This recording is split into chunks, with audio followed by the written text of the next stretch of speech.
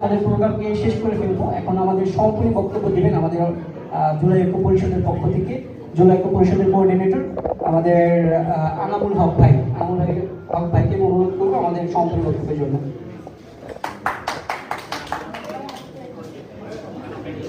বিসমিল্লাহির রহমানির রহিম।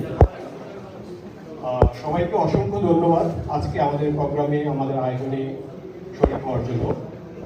আজকে আমাদের প্রোগ্রামের মূল উদ্দেশ্য হচ্ছে রিমেম্বারিং আওয়ার হিরো। হিরো কারা? হিরো হচ্ছে কি ওরা? এই ছোট ছোট বাচ্চারা, আবু সাইদ, মুগ্ধ এবং অসংখ্য নাম জানার লোকজন। আমাদের লিস্টে 1400 আছে, এটা আমরা বলতেছি 2000-এর মতো লোকজন মারা গিয়েছে। আর এই লোকগুলো যে মারা গিয়েছে ওনাদেরকে কিন্তু আমরা কিছু দিতে পারবো না, ওনাদেরকে কিছু দিতে পারবো না। যারা আহত হয়েছে ওনাদেরকে চিকিৎসার জন্য আমরা সাহায্য করতে পারি। এখন একটা লোক জীবন ত্যাগ করছে কিছু পাওয়ার জন্য, এটা আমাদের মাথায় রাখতে হবে। তারা সুনির্দিষ্ট একটা আকাঙ্ক্ষা থেকে দেশের একটা আগামী সুন্দর একটা বাংলাদেশের আকাঙ্ক্ষা থেকে এই জীবনটা উৎসর্গ করছে। আমাদেরকে ওই জিনিসটা ফিল করতে হবে। এখন আমরা যদি চিন্তা করি যে না ওনার পরিবারকে 10,000, 20,000 বা 5 লাখ 20 লাখ টাকা দিয়ে আমাদের দায়িত্ব শেষ হয়ে যাবে, না, আমাদেরকে আকাঙ্ক্ষাটাকে বাস্তবায়ন করতে হবে। সেই আকাঙ্ক্ষাটা কি? একটা সুন্দর সমৃদ্ধ বাংলাদেশ। গতানুগতিক যদি বাংলাদেশ হয় তাহলে আপনি মারা গেলাম কেন? এই জিনিসগুলো হচ্ছে কি আমাদেরকে রাজনীতিবিদদেরকে বুঝতে হবে। আমি বক্তা নই, আমি হচ্ছে কি প্রকৌশলী কাজ করে। আপনারা জানেন যারা প্রকৌশলী তারা একটু কম ভালো বলতে পারে, তারা হচ্ছে কি মানে নর্মাল কাজ করে তো অভ্যস্ত। আমি রাজনীতিবিদ নই, কিন্তু জুলাইয়ের পর আমি রাজনীতি জয়েন করেছি। কারণটা কি? জুলাই আমাকে পরিবর্তনকে বাধ্য করেছে যে you have to do something for the country. এখন আমি সাধারণ মানুষ থেকে রাজনীতিবিদে রূপান্তরিত হয়েছি। এখন আপনারা যারা রাজনীতিবিদ ছিলেন আপনারা কি রূপান্তর পেয়েছেন? আপনারা যদি বলেন যে আমরা রূপান্তর হব না, আমরা অ্যাজ লাইক বিফোর, কিছুই হবে না। জাস্ট যারা ছুঁয়ে দিয়েছে তাদেরকে অপমান করা হবে। আমি রাজনীতিতে আসছি, আমার আত্মীয় স্বজন বন্ধু বান্ধব ওরা বলছে যে তুমি শুধুই যাচ্ছ, অযথা যাচ্ছ, এই দেশে কিছুই হবে না। কিন্তু আমি বিশ্বাস করি এটা কঠিন, কিন্তু এটা হওয়া সম্ভব এবং আমরা এটা করে ছাড়বো ইনশাআল্লাহ। এখন এই প্রোগ্রামটা যে আয়োজন করতে আমাদের গত 10 দিন প্রায় 20 থেকে 25 জন ছেলে অসংখ্য পরিশ্রম করছে। এবার আমি একটা খুবই ছোট একটা উদাহরণ দিই। এই যে ছেলেটা এখানে শ্রমিক, দিন রাত কাজ করছে, প্রতিদিন 4 থেকে 5 ঘন্টা ধরে সময় দিচ্ছে। কেন দিচ্ছে? সে নিজের পকেটের টাকা, আজকে প্রোগ্রামের জন্য সে নিজের পকেট থেকে 200 টাকা দিচ্ছে। তার ডেলি 200 টাকা ইনকাম নাই, কিন্তু সেই 200 টাকা ইনকাম দিচ্ছে। ফয়সাল গাজী নামে একটা ছেলে পেনাং থেকে এসেছে।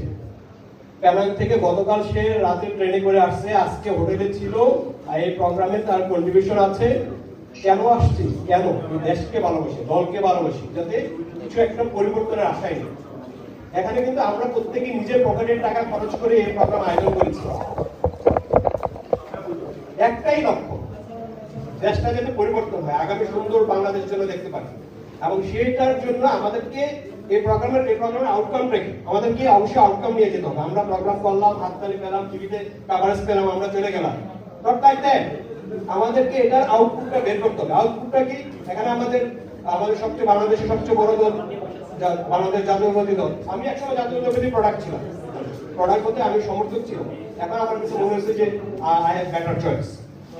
তো সাকিনা মুন্সিফ ভাই জামাতের, ওনাদের সাথে আমাদের রেগুলার উঠা বসা, ওনাদের শ্রদ্ধার সাথে সম্মান করতেছে। তারপর হচ্ছে কি ওনাদের দায়িত্বটা যেন সঠিকভাবে পালন করে, বিএনপির দায়িত্বটা যাতে সঠিকভাবে পালন করে, এম্বাসির দায়িত্বটা যাতে সঠিকভাবে পালন করে, আমরা সেই আউটকামটা নিয়ে যেতে হবে। আমরা এখানে প্রবাসী আছি, প্রবাসীরা যাতে ঐক্যবদ্ধ হই। অন্তত আমরা তো বাংলাদেশে মারামারি হানাহানি করি, কিন্তু প্রবাসে যাতে আমরা এই 6টা দল যাতে পাশাপাশি বসতে পারি, মিলেমিশে চলতে পারি, সেই কার্যক্রমটা যাতে আমরা মানে পরবর্তী প্রোগ্রামে, পরবর্তী অনুষ্ঠানে আমরা যেন আশা করি যে পরবর্তী বিএনপি যখন প্রোগ্রাম করবে, অনুষ্ঠান করবে, কেউ যেন এই 6টা দলকে যেন দাওয়াত দেয়, আমরা যেন 6টা দল একসাথে বসে কাজ করতে পারি।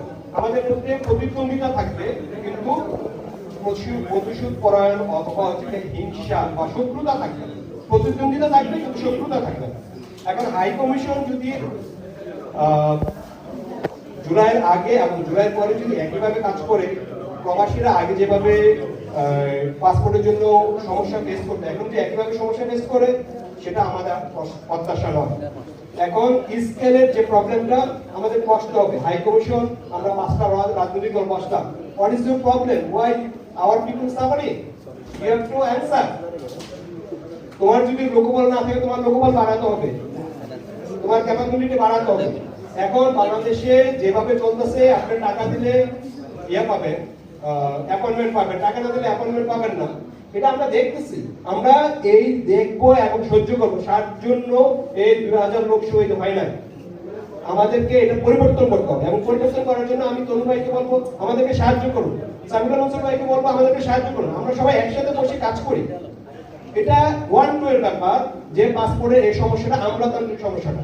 এখানে আপনার যদি 10 জন কাজ করে এবং তারা যদি এই জিনিসটাকে আমাদের সার্ভিসটা দিতে না পারে, তারা 15 জন করুক, আমাদের সার্ভিসটা ইয়ে করুক। এবং সেই দিন হচ্ছে আমরা যখন হাই কমিশনের স্যারকে দাওয়াত দিতে গিয়েছিলাম তখন আমাদের প্রফেসর স্বামী ভাই একটা বাস্তব প্রবলেমের এখানে উপস্থাপন করছে, সেটা হচ্ছে কি আপনার পাসপোর্টটা নেবেন হচ্ছে বাংলাদেশ হাই কমিশন থেকে, পাসপোর্টটাকে অ্যাক্টিভ করার জন্য আপনাকে চাইতে হবে যে স্কিল। এবার একটা লোক পেনাং থেকে আসে, জলবড় থেকে আসে, পাহান থেকে আসে, মালাকা থেকে আসে, এসে তাকে আবার হাই কমিশন থেকে আবার গ্র্যাবি করে ওইখানে যেতে হবে, এই আননেসেসারি হ্যাসেলটা, এটা আমরা চাই যে এটা আমরা উইদিন 1 মান্থ একটা সলিউশন পাই করতে হবে। স্কেলকে করতে হবে, হাই কমিশনকে এটা বাধ্য করতে হবে যে এই প্রবলেমটা মিনিমাম প্রতিদিন 1000 লোকের সাফারিং হচ্ছে, যদি এটা যদি না পারে তারা তাদেরকে বের করে দিতে হবে, সোজা কথা। কারণ এটা খুবই সিম্পল জিনিস, সিম্পল একটা জিনিস। এখন স্কেলের সাথে এখন যদি বড় বড় আমরা জড়িত থাকে তাদেরকেও এই ব্যাপারে আমাদেরকে জবাবদিহিতার আওতায় নিয়ে আসতে হবে। এখন আমরা সবাই যদি একসাথে কাজ করি তখনই এই সলিউশনটা হবে। আর আমরা যদি বলি যে না আমরা আমাদের মতো কাজ করবো, তাহলে এই সলিউশন গুলো হবে না। এখন আমরা সবাই চেষ্টা করব আমাদের এই প্রোগ্রামের সার্থকতাটাকে যেন আমরা সাথে প্রোগ্রাম যে আয়োজনটা করেছি, আমরা যে শ্রম দিয়েছি, এই শ্রমটার জন্য একটা সার্থকতা এবং বাস্তব প্রতিফলন আমরা পাই। সেই বাস্তব প্রতিফলনটা কি আমরা জুলাইয়ের ঐক্য যদি আমরা যদি পাশাপাশি বসতে পারি, আমরা যদি তরুণ ভাইয়ের সাথে রিচ করতে পারি, বাদল ভাইয়ের সাথে রিচ করতে পারি, তো তাহলে কি হবে আমরা এই প্রবলেমগুলো, প্রবাসীদের যে প্রবলেমগুলো আছে সেই প্রবলেমগুলো সলভ করবো। আমরা এই বিষয়ে অন্তত ঐক্যবদ্ধ হই। আমাদের বাংলাদেশে যে কথা বলতে হবে ওটা নিয়ে আমাদের ঐক্যবদ্ধ হওয়ার দরকার নেই।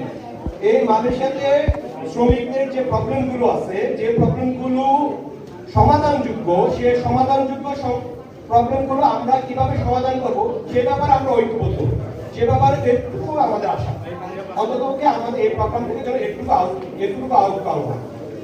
সবাইকে অসংখ্য ধন্যবাদ, অন্তঃস্থল থেকে সবাইকে ধন্যবাদ। এবং সবাই জুলাইকে ধারণ করে এই প্রোগ্রামে এসেছেন এবং আমাদের অনেক ভাই যেটা বললাম সেই প্যানেল থেকে গতকাল রাতে হোটেলের থেকে আজকে প্রোগ্রামে অংশগ্রহণ করেছে। আমরা এই ত্যাগের এই যে ত্যাগ স্বীকার করছে সেই ত্যাগটাকে আমরা সম্মান জানাবো এবং জুলাই যারা শহীদ হয়েছে